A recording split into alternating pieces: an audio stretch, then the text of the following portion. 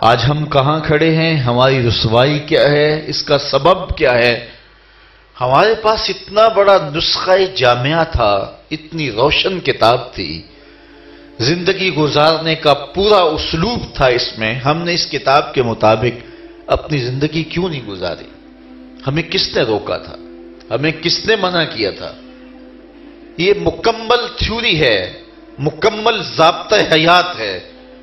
اس کتاب پر عمل کرنے کا عملی نتیجہ غلبہ ہے، لیکن ہم نے اس کتاب کو گھروں میں رکھ دیا اور اس کتاب کے پیغام کو سمجھا نہیں۔ اس کے حق ہیں ہمارے ذمے، ہمیں ان حقوق کو ادا کرنا ہوگا۔ اس کتاب کا پہلا حق ہمارے ذمے یہ ہے کہ اس کو اللہ کی کتاب مانا جائے، اور یہ حق ہمیں آغوش مادر سے نصیب ہوا اور ایمان کی دولت اللہ نے عطا کی، تو الحمدللہ میرا اور آپ کا عقیدہ ہے کہ یہ کلام اللہ ہے۔ ماضی میں ہمارے اسلاف نے اس پر سختیاں سہیں۔ امام اللہ اکبر احمد بن حنبل وہ بزرگ تھے کہ جن کی پشت پر 1 انچ جتنی جگہ بھی خالی نہیں تھی جہاں کوڑے کا نشان نہیں تھا۔ جب معتزلہ نے قرآن مجید کو مخلوق کہا تو یہ کھڑے ہوئے، کہا کہ میں اس کو خالق کا کلام کہتا ہوں اور اس کی جو سزا کاٹنی پڑی وہ گوارا کروں گا۔ پھر آپ کو کوڑوں کا جب حکم ہوا تو جیل لے جایا گیا، اور امام احمد بن حنبل علیہ رحمہ کو کوڑوں کی جب ضرب لگتی تو ان کی زبان سے نکلتا اللہم اغفر لابن الہیثم، اے اللہ ابن ہیثم کی مغفرت کر دے۔ یہ عرب کا بہت بڑا ڈاکو تھا۔ کسی زمانے میں ایوب دور میں محمد خان ڈاکو ہوتا تھا اور زبان زد عام تذکرے تھے اس کے، تو اس زمانے میں ابن ہیثم بہت بڑا ڈاکو تھا۔ تو جب آپ کی پشت پہ کوڑا لگتا تو امام احمد بن حنبل کہتے اے اللہ ابن ہیثم کو بخش دے۔ تو کسی نے کہا حضرت یہ عجیب بات ہے، جب کوڑے کی ضرب لگتی ہے تو آپ ہائے وائے کرنے کی بجائے کہتے ابن ہیثم کی مغفرت کر دی جائے، اتنے بڑے ڈاکو کے لیے آپ دعا دے رہے ہیں؟ فرمانے لگے بندہ برا تھا، بات اچھی بتا گیا۔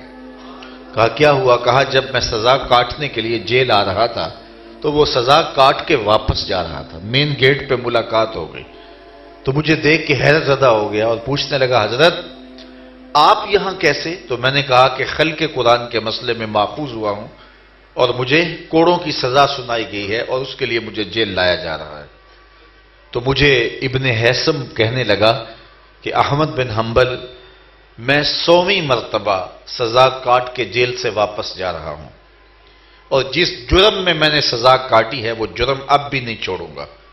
میں اس دھرتی پر شیطان کا نمائندہ ہوں اور میں شیطان کی پشت نہیں کبھی لگنے دی، اور تم تو رحمان کے نمائندے ہو، کہیں ایسا نہ ہو کہ کوڑے کی ضرب سے موقف تبدیل کر لو۔ تو کہا کہ بندہ تو برا تھا لیکن بات اچھی بتا گیا، اس لیے میں دعا کرتا ہوں اللہ اس کی مغفرت فرما دے۔ تو اس پر ایمان لانا یہ اس کتاب کا پہلا حق ہے جو میرے اور آپ کے ذمے لازم ہے، اور اس کتاب پر ایمان لانے کے جو نتیجے ہمیں نصیب ہوتے ہیں وہ آخرت کی برکتیں ہیں، اور دنیا پر تیقن کا نور اس کتاب سے وابستگی اور اس پر ایمان لانے کے نتیجے میں نصیب ہوتا ہے، اور عمل کرنا اتنا آسان ہوگا جتنا ایمان مضبوط ہوگا۔ کسی زمانے میں تقسیم ہند سے قبر کھودنے لگے قبرستان میں، تو 7 والی قبر کی اینٹ گر گئی۔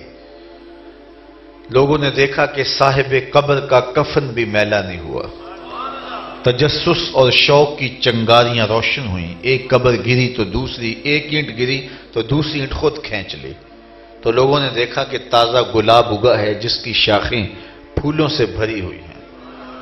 خیر قبر بند کر دی گئی، اور قبر کے نشان سے صاحب قبر کا لوگ گھر ڈھونڈنے نکلے کہ اس کے باقیات میں سے ہمیں کچھ مل جائے، اس کے اہل خانہ میں سے کوئی فرد مل جائے تو اس کے بارے میں ہمیں بتا سکے کہ یہ عمل کون سا کرتا تھا کہ اس کی قبر روشن ہے اور کفن بھی میلا نہیں ہوا۔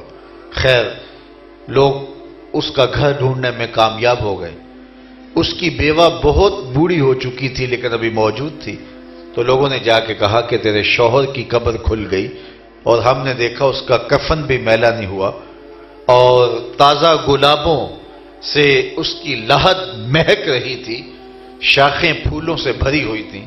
ہم پوچھنے آئے ہیں کہ تیرے شوہر کا عمل کیا تھا کہ اس کو قبر میں بھی روشنی، نور اور خوشبوئیں میسر ہیں؟ تو وہ خاتون کہنے لگی کہ میرا شوہر تو ایک سادہ سا دیہاتی شخص تھا، میں نہیں سمجھتی اس کا کوئی ایسا عمل ہے کہ جس کے نتیجے میں اتنا بڑا اعزاز اسے ملا ہو۔ ہاں مجھے یاد آیا ایک عمل اس کا تھا، اور وہ یہ کہ میرا شوہر قرآن نہیں پڑھا تھا، اور جب صبح کی نماز پڑھنے جاتا اور قرآن لوگ کھول کے بیٹھ جاتے تو اس کو بڑا دکھ ہوتا، کاش میں بھی قرآن مجید پڑھا ہوتا اور قرآن مجید کی تلاوت کرتا۔ وہ ایک زمانہ تھا کہ تلاوت سے ہماری صبح کا آغاز ہوتا تھا۔ اب تو سوشل میڈیا سے ہم اپنی صبح کا آغاز کرتے ہیں، لیکن وہ زمانہ تھا کہ قرآن ہر گھر میں کھلتا تھا، مسجدوں میں لوگ اشراق تک قرآن مجید کی تلاوت کیا کرتے تھے، اور دوپہر کے وقت بھی گھروں سے قرآن پڑھنے کی آوازیں آیا کرتی تھی۔ اور وہ زمانہ بھی بھلا تھا، اسی لیے کسی کے گھر میں بدروحوں کا سایہ نہیں تھا، جن اور بھوت نہیں تھے، اور کسی نے تعویذ نہیں ڈالے ہوئے تھے۔ اب ہر گھر کے اندر کسی نے جادو کیا ہوا ہے، کسی پر سایہ ہے، کسی کو تعویذ ڈالے گئے ہیں، اور پھر بھاگتے ہیں عاملوں کے پاس، اور عامل تو ضعیف الاعتقاد بنائے گا تو اس کی دکانداری چمکتی رہے گی، تو ساری زندگی پھر اس چکر سے نکل نہیں پاتے۔ میں کہتا ہوں قرآن سے دوری کا تعویذ ہے جو تمہارے اوپر پڑ گیا۔